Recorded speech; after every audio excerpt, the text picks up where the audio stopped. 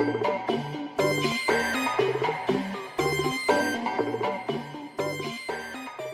special guest with me, Summer, and this will be a very interesting story. I hope you guys are tuning in and listening. And here we go. Hey, how you doing, Summer? I am so freaking excited right now. I'm so excited. Thank you for coming and being on my show. Your story is super emotional. I remember watching your story on Facebook and like a tear like came to my eyes, and I'm not like a big crier per se. I could be a little sensitive. However, most people don't know that. They think like, oh, Ray's super strong, etc. However, like reading your story and listening to your story was like mind boggling to me, and just how everything happened and how you fought through and overcame, etc. Can we talk about your story, like what happened? And Absolutely. First, should I be offended that just one tear came down, or like I need a little bit more than one tear. Like I literally every time I tell it or I write it out, I'm bawling. And then you get Ray, hardcore Ray here. He's like, I read your story and one tear came out. I gotta admit it. Like, whoa, I got one tear. All right, cool. No, so here's the deal, right? Let me be totally transparent. So, like we hear like stories all the time, especially I think Facebook and just social media, we get desensitized. However, when you was describing the story, it was almost like I was there. I can feel it. I was captivated. However, sometimes, especially from a woman being in that particular situation, like I'm from the inner city, like I hear about that all the time. But when it was based off your story, it was just like, wow, this happened to a woman. Like I did not hear that before. It was just crazy to me, and I got caught up in the emotions. So yeah, it was one tear, but it was a lot for me. Okay. Especially with so many stories on social media where we just police with brown folks, and it's just so much. We just get desensitized. I don't know. Do you agree? Like, am I just blowing smoke? I agree, and I try not to, because I can fall down the rabbit hole. I can fall down, getting into politics and gun reform and all that stuff. So I try my best to kind of stay away from a lot of things and try to stay away from a lot of news. But you can't help it. Like, we're bringing children up in this world right now where there's a dire need for things to change. Like, we need this so badly, and I'm an empath, so everything affects me. I take on emotions of a room that I walk into. So it's very, very hard for me to kind of like turn that switch off, which is kind of like a weakness, but it's also like my strength, because I can tell when somebody's just going through something and they just need someone to say, hey, how are you? And I think like society is kind of geared to say, oh, I'm okay. Because nobody wants to hear that somebody's like, girl, I tried to kill myself yesterday. Nobody wants to hear that. You want to hear that people are okay, because what's your response when somebody says that? Like, my response is, as an empath, is just to hug them as tight as I can.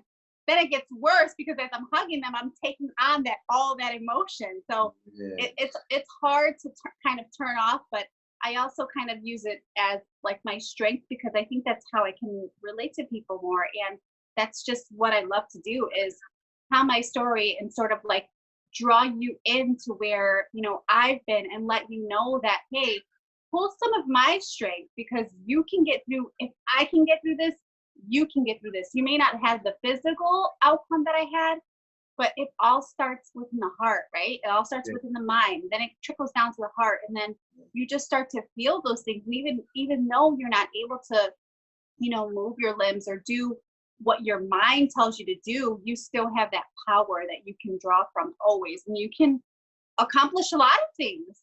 A lot of things. And I know it's not, everybody's, dream is to, oh, I want to be a speaker, or I want to do this, or I want to do that. A lot of people are like, I want to walk.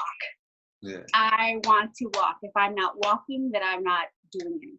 And I don't think that's necessarily true. But I also walk, so I can say that. So it's like, Did You know you what I mean? did you receive that ability to be like super sensitive, like when you walk in a room before the incident happened or after the incident happened? I've been like this since I was a kid. I knew right off the bat, just like you, I grew up in the hood. I grew up in the inner city. I'd seen it all happen. I've been pulled over and pulled out of a car and thrown onto a floor, searched my car. It's probably happened probably in my teens, probably every other day in my teens. So I have always been like a very good judge of character since I was a child. My mom has always said that. I've had that discernment. I know what you're about probably within 3 seconds of even meeting you. Wow.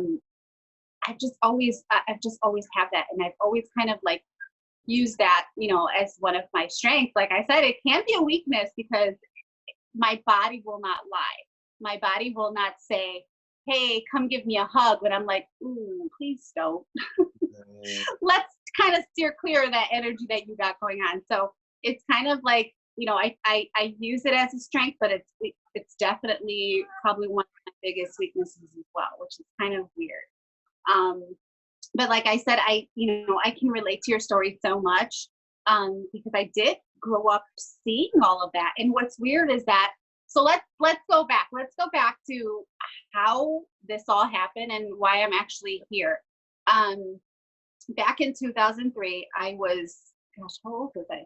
26, I think. We were going out to a nightclub, and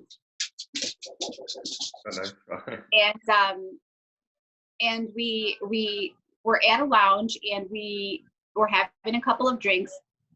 So we decided to leave, and as we were leaving, I'm sitting in the car, and I'm kind of like hunched over looking for my ID because we were about to go out to the next spot. So as I'm hunched over, I have my seatbelt on. So your seatbelt is, obviously locking you in place. Yeah. Darn that seatbelt. You'll learn later about the damn seatbelt.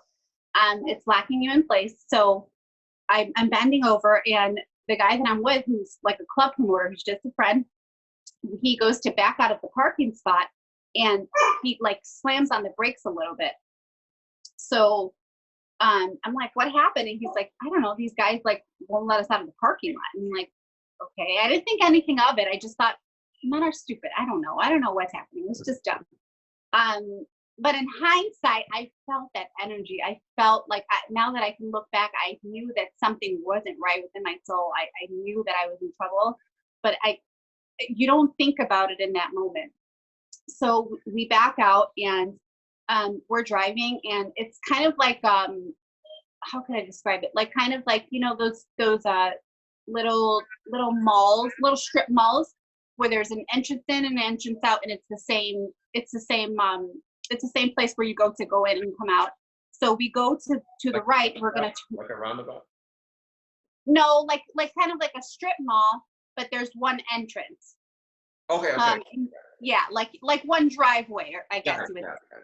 So there's space to go, in and out. So as we're going right, as other cars are supposed to go in back of you to go right, this car pulls to the left of us and riddles the car with 9 bullets. Mind you, we're in a coupe, so there's not much room to go anywhere. And obviously I'm bent down, so I'm not knowing what the heck is going on. And that seatbelt locked me in place. So there was nothing I can do but just hold my body there. That seatbelt just locked me in place. All I felt was just warmth. Like I know a lot of people say that they feel cold, but I felt warm, like so warm, almost hot, like a hot feeling. Yeah. And I remember him screaming, "Summer, Summer, Summer," and that's all. And it kept just going more faint, more faint, more faint. And I felt my body just leave. I felt my soul leave. Yeah. And as I'm laying there, just slumped over, paramedics are working on me. I'm watching all this happen. And all I can say is, help me, help me, help me. But it's not like a voice where they can hear. They're just working. And I'm saying, help me. Like I'm, over the paramedics saying, you got to do something. So I died there in the car. They get me into the ambulance. They rush me. They're resuscitating me in the ambulance. They resuscitated me. I get to the trauma center. I die at the trauma center. So are you still watching this the whole time? I'm watching everything. It's almost as if have you seen the movie Ghost, where he's just flying over and he sees everything with Patrick Swayze? No, I don't. Oh my gosh, you have to watch that movie. It's almost like that. You're watching everything happen, and you're kind of with your soul. Like, you don't leave. I don't believe that you truly leave. You're truly there with yourself until that final moment. That's how I knew it wasn't that final moment. And I remember, I'm a PK, so I grew up in church, and I remember my mom said, at that time when you need to call on the Lord, you call on the Lord, and He will come and help you. And I just was just saying, someone help me, someone help me. And I felt like no one was moving fast enough. I felt like it was all in slow motion. No one was doing what they were supposed to do. I felt like no one was like really like grabbing me and saving me. That's how I felt. I felt like at that moment that I was meant to slip away. Like for a little bit, for however long it was, I felt like I was meant to be. So I wake up in ICU, and I knew it was ICU because you can see the glass all around you. I kind of knew where I was at, but I didn't know what happened. So I open my eyes, and my family rushes to my bedside, and I kind of like I have all these tubes in my mouth, and I didn't know because I'm just opening up my eyes, and I'm kind of like, wondering what the heck's going on. And my mom comes over and she motions with a gun, someone shot you.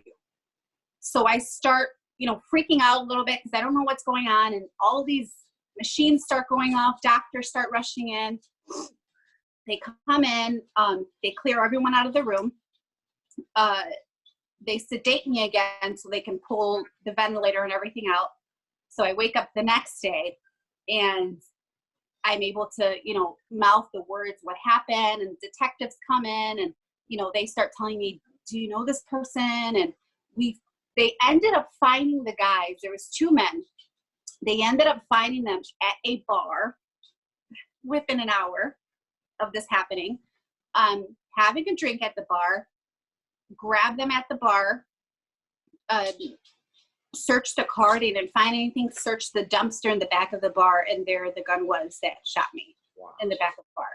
So they did what they did, went to the bar, dumped the gun, and just sat and casually had a drink. Wow. Ended my life right there. Didn't care. And I was just in shock. I thought, who does this happen to? I'm a mother of 2. I'm a wife. Like, who does this happen to? Like, why me? And you start asking those questions. Why? And there's no answer for it. There's no answer for why things happen to us. They just do. Yeah. And what I've learned through all of that is that it was meant for me. Like, all of that pain was meant for me, because if you think about it, some of the most beautiful things are birthed through pain. Babies are birthed through pain, and we go through all that pain, and it's something so beautiful that comes out through the end. So were you able to walk after that, or what? Like, how did that look like after? So were you paralyzed, or were you after the doctors? For how long?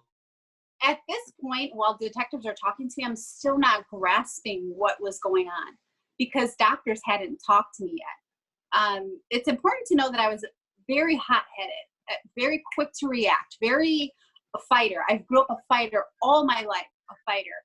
See something and I'm probably going to punch you in your face. Like, I grew up a fighter all of my life. You have to, growing up in the neighborhood. That's just how you have to be. So I think that my parents and friends were a little bit afraid of the reaction to just tell me, hey, you're not going to walk again.